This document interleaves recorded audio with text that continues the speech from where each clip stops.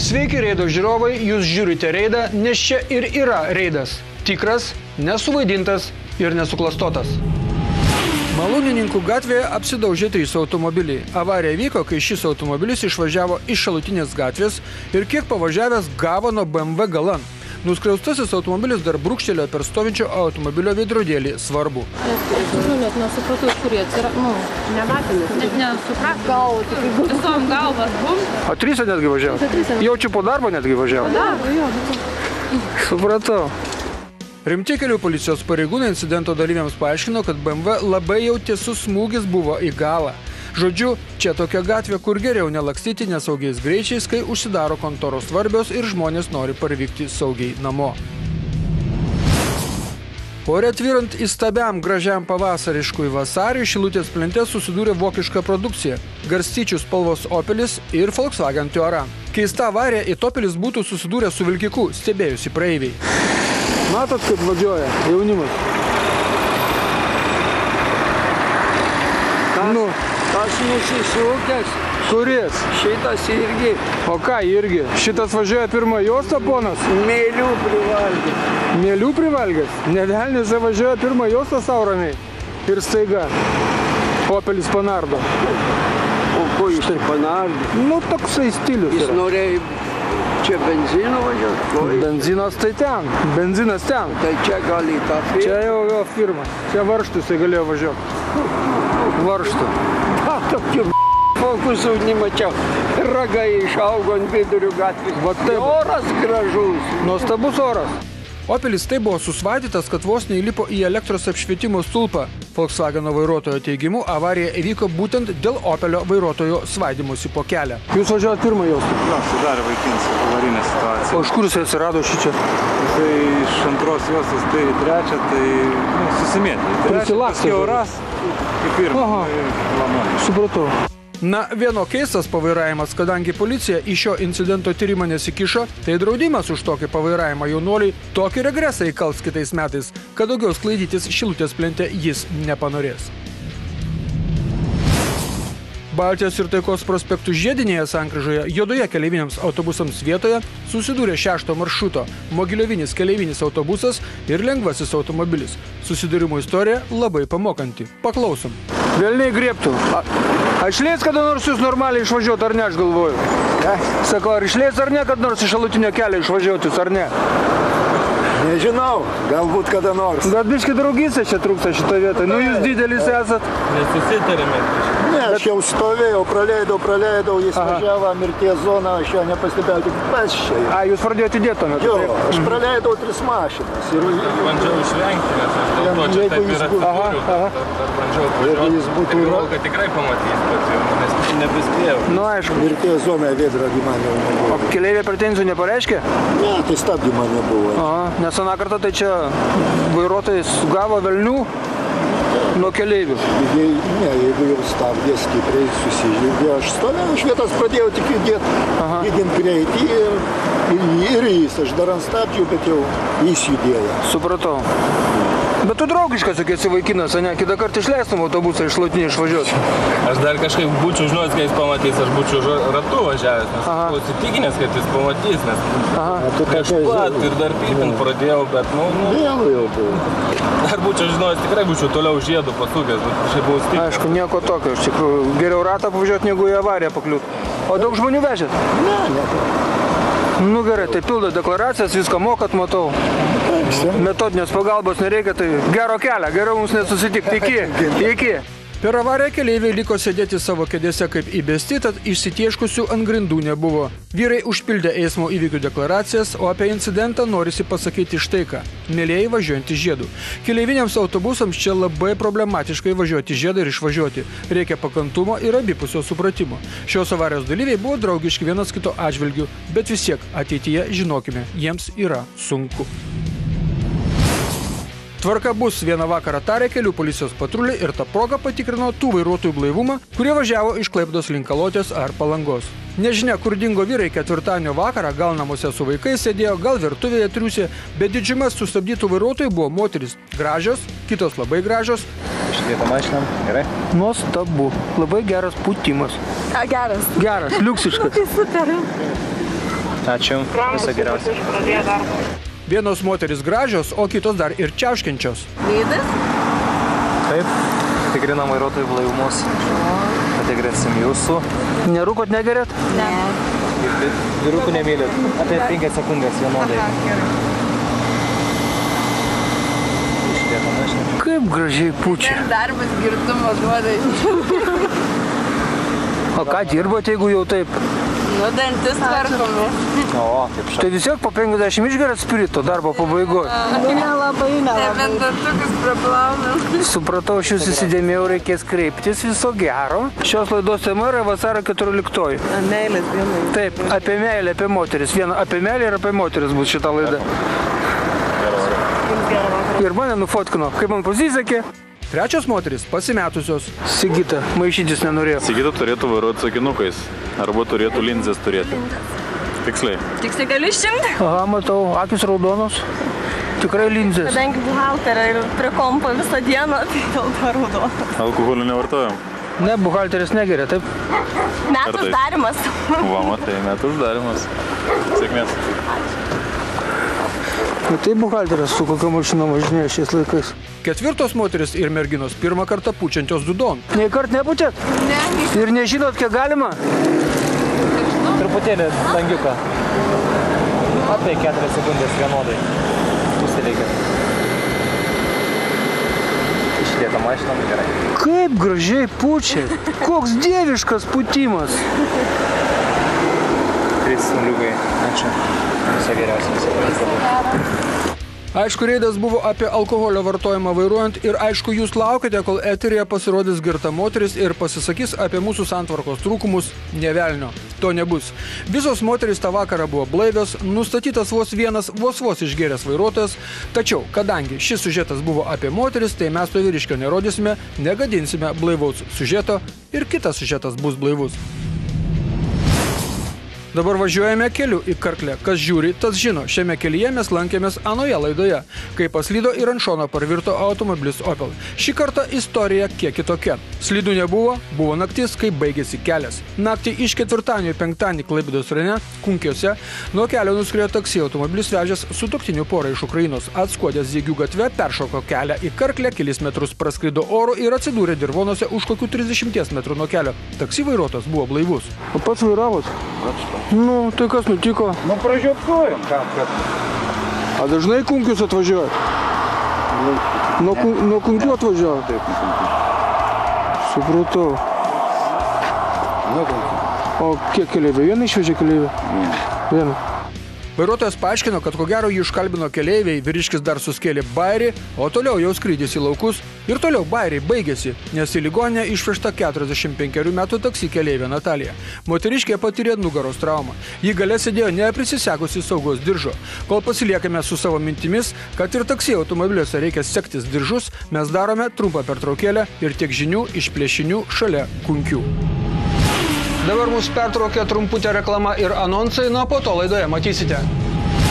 Pajūryje nesiliauja policijos reidai. Per avariją Kretingos rajone sužeisti 6 žmonės, gailėsi pinigų gumoms, išleisi jos vaistams. Ir aišku, mūsų ir jūsų rubrika filmuoja reido reporteriai. Visą tai ir dar daugiau jau po reklamos.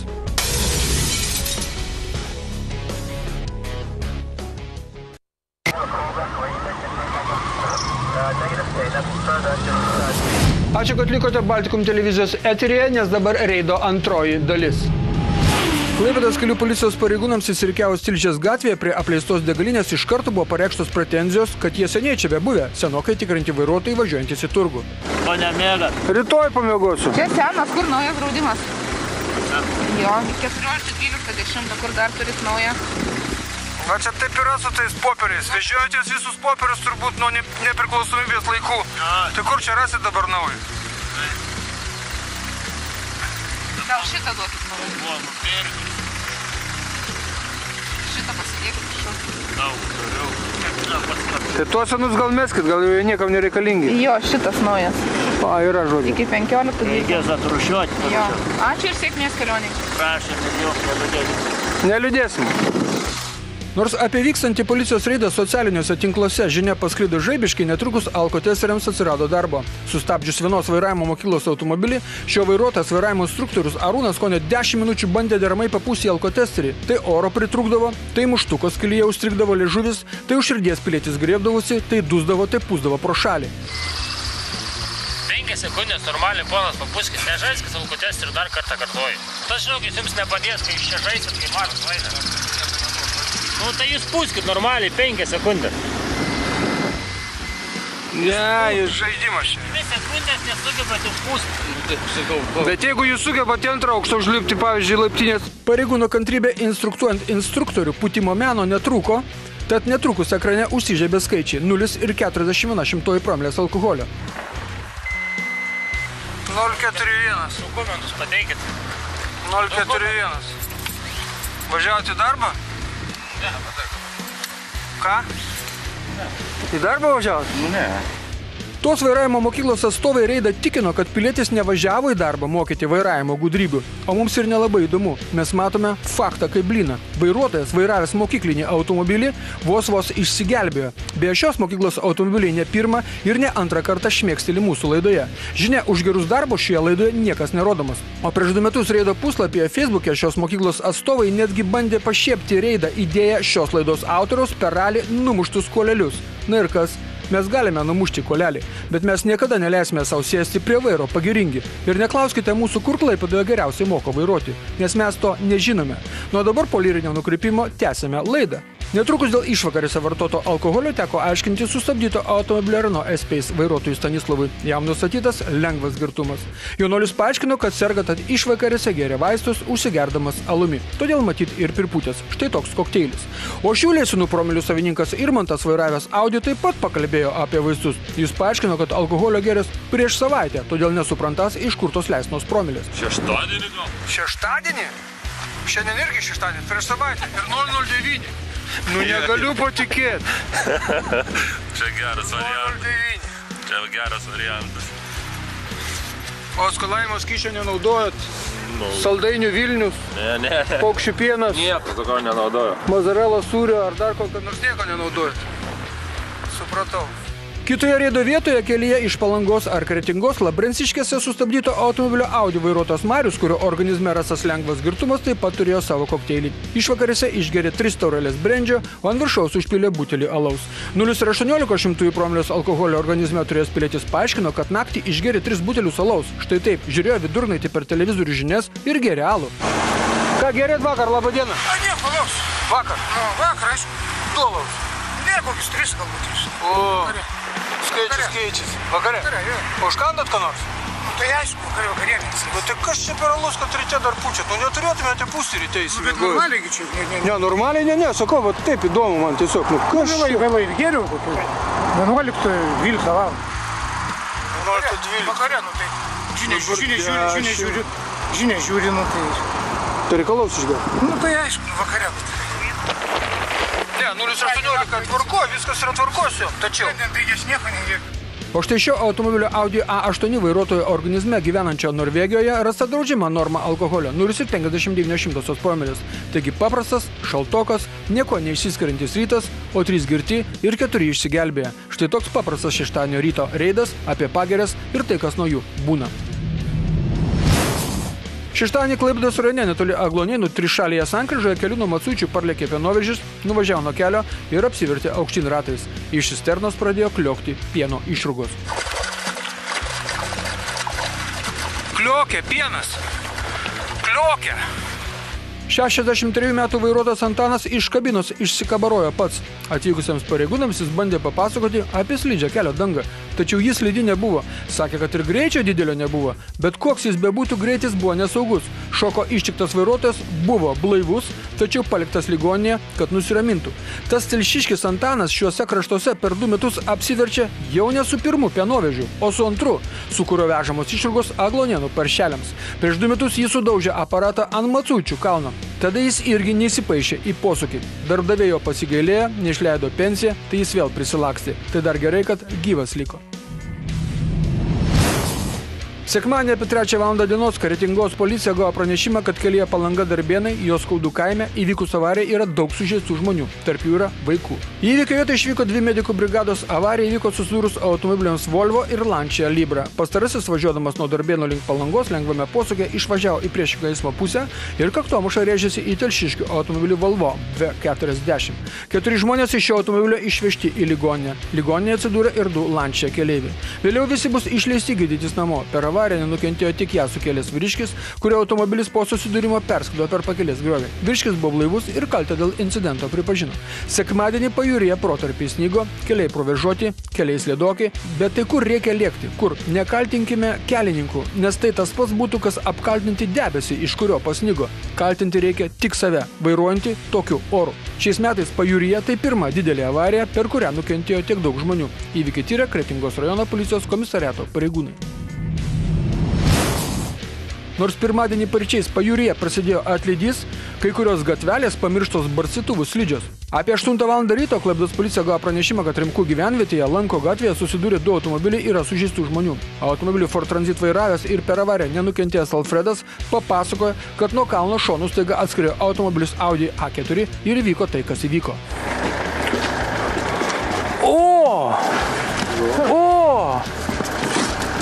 Kas čia dabar?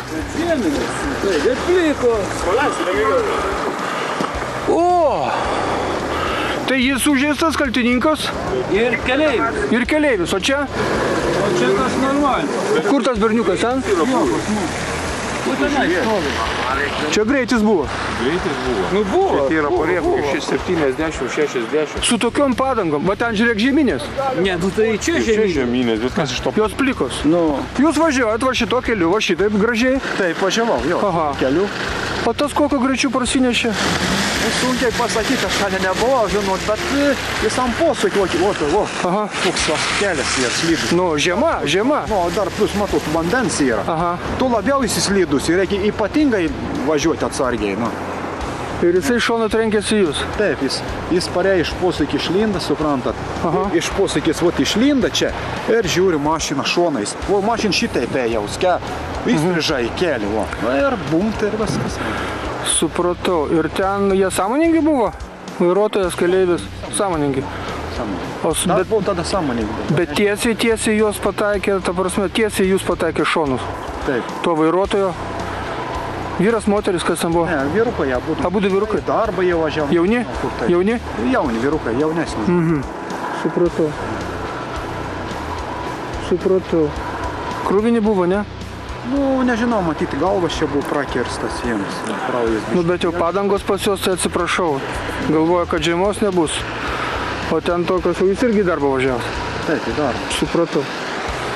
Nu, padangos, tai ką žinau, tokiu keliu važiuoti, tai čia tik savižudžiai gali. Įvykio vietą buvo iškviesti medikai ir policijos pareigūnai. Ligoninėje atsidūrė Audi ekipažas vairuotojas Dainius ir keleivis Audrius. Suteikus moralinę paramą ir medicininę pagalbą, jie buvo išleisti gydytis namo. Apžiūrint automobilius, pareigūnai nenustebo, kodėl įvyko ši avarija ir kodėl lengvasis automobilis šonu iščiuožė į priešingą eismo pusę. Pažiūrėkite į padangas. Nors automobilio Audi A4 padangos žeminės, jos visiškai sudilusios. Jos žeminės buvo aname gyvenime, ypač priekinės. Klaipėdos kelių policijos biure dėl šios avarijos pradėtas tyrimas.